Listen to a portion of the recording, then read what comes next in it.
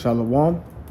First and foremost, I want to give all praises and honor and glory to Yahweh, Bahashim, Yahweh Shah, Bahashim, Rechak Wadash. Double honors to the apostles, the elders of Great Millstone, who were well. Peace and mercy to the Sirach A came out there that's laboring his truth with all sincerity. I would like to say Shalom. All right, in today's topic, is a quick lesson going into the book of Sirach, the 6th chapter, verses 13 through 17, which, through the Spirit, I was just reading Sirach. And, I'm like, what? Through the Spirit, let me just do a quick lesson on this. All right, so I'm going to start with the book of Sirach, chapter 6, verse 13. It reads, "Separate thyself from thy enemies and take heed of thy friends." Now, who is our enemies? All right. Now, we say, we know our enemies is Esau and the other nations, but our enemies could also be those who doesn't fear the Lord. All right. We could equate that to our friends in the world. Okay. People that we may know that's outside the truth. All right. Those who are against Yahweh Shem Yahushua, they're considered our enemies. All right. The world. Okay. Like our worldly friends. Remember the scriptures say they hateth the Lord, so that therefore the world shall hate you. So those are our enemies. Okay.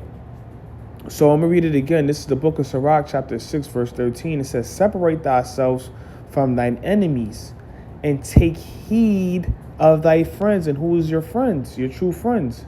The brotherhood. Those that fear the Lord. Those that believe in Yahweh Shem Yahushua. All right. Those who honor and give reverence to the Lord. All right. Those who rehearse the righteous acts and try to offend less. Those are your friends, those who's laboring with you in the faith. Okay, now it says the word heed. I went into the word heed. All right. The Old English, it goes to heedon, meaning to observe, to take care, attend, to care for, protect. So we have to care for and protect our friends. It says to guard, to shelter, cover. Okay. And that's the spirit we have to be in. We have to, protect one another, guard one another. All right. And how do we do that? By, iron sharpeneth iron. All right. Making sure brothers, spiritually is in order. All right. Doing the things they got to do. Checking on a brother's well-being. All right. If a brother is, if he's down, you help that brother out. Remember the scriptures say, lose thy money for thy friend. All right. And the scriptures also speak about brotherly love. All right. Matter of fact, let's get that. Brotherly love. All right. So this is the book of Romans, chapter 12, verse 10. It says, "Be kindly affectioned one to another with brotherly love and honor, preferring one another." All right. So we have to be affectionate to one another. All right. Now let's go into the word affection. All right.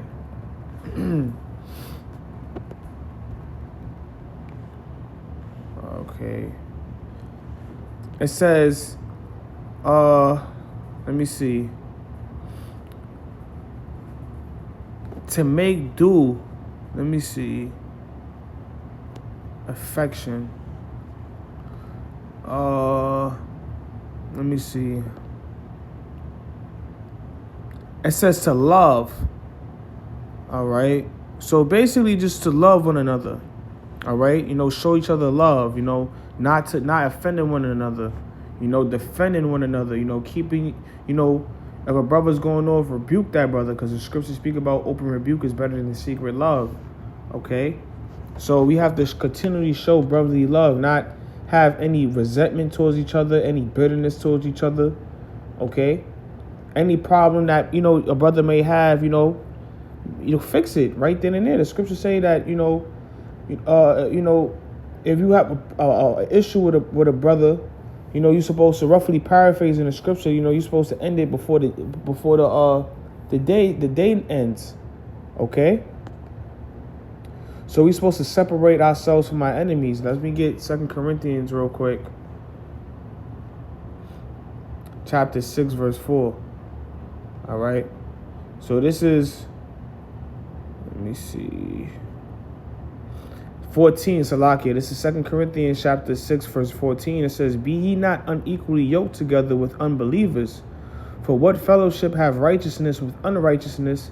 And what communion have light with darkness?" So we have to be unequally yoked with unbelievers, even those who know that they're Hebrew Israelites. But if you don't practice, the customs of being a Hebrew Israelite, those who don't rehearse the righteous acts, still go off and they still do what they want on the Sabbath days, basically just still living their lives freely, and having no sense of fear towards the Lord, you stay away from that person. Because why? Their spirit could hop on you easily. This is the reason why we have to, stick with the brethren, stick with our friends, those who fear the Lord.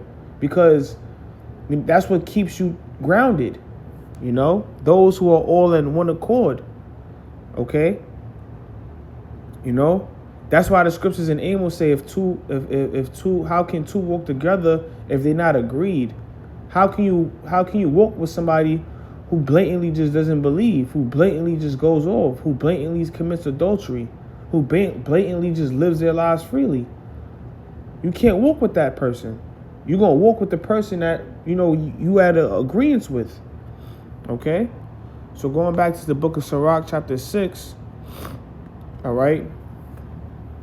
Reading on, it says, verse 14, "A faithful friend is a strong defense, and he that hath found such one have found a treasure." Why? Because the scriptures say, is nothing better than. Matter of fact, let me get that real quick. I don't want to butcher the scripture. Nothing better than laying your life for a friend. Yup. Yup. So this is John chapter 15. All right. I'm going to read this real quick. In the King James Version. What's KJV? Yup. It says, this is John chapter 15, verse 12. "This is my commandment, that ye love one another as I have loved you." And this is Yahweh Shah speaking.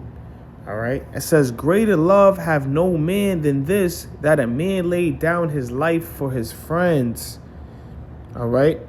So it says, "Greater love have no man than this, that a man laid down his life for his friends." That's why when you go back to Sirach 6 and 14, it says a faithful friend is a strong defense. Because a true friend will lay his life for you. All right. There's no greater love than that, because who was the perfect example? Yahweh Shah. All right. That's why I said in the next verse that he's our friend. All right. Because he laid his life down for us. All right. For the children of Israel, but really for the elect. Okay. So a faithful friend is a strong defense. All right. And a faithful friend is a strong defense because why? You have each other's back. That's why in the world they say you rather be with 10 lions than 100 sheep.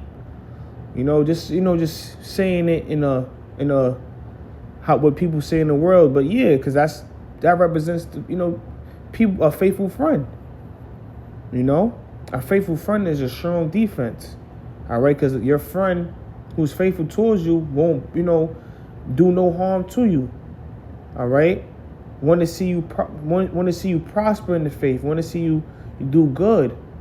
Okay, and we're not talking in a materialistic, worldly sense. We're talking about in the spiritual sense. A faithful friend want to see you be on those chariots with him. So therefore he's going to push you to be better. It says, verse 15, "Nothing doeth countervail a faithful friend, and his excellency is invaluable. A faithful friend is the medicine of life, and they that fear the Lord shall find him." And that's why the Lord have gathered, the Akim together, because a faithful friend is the medicine of life. When brothers is going through it, when you feeling down in the spirit, you calling on a brother, to uplift you. All right, the scriptures speak about confess your faults to one another, because a true friend, a faithful friend, he's going to relate to you. He's going to build you back up. That's why it says there, the medicine of life. You go through scriptures together. Y'all talk about the history together. when brothers is, like I said, feeling down, you bring out scriptures, and you build that brother up, and that's right there is a medicine. You're going to end up feeling good.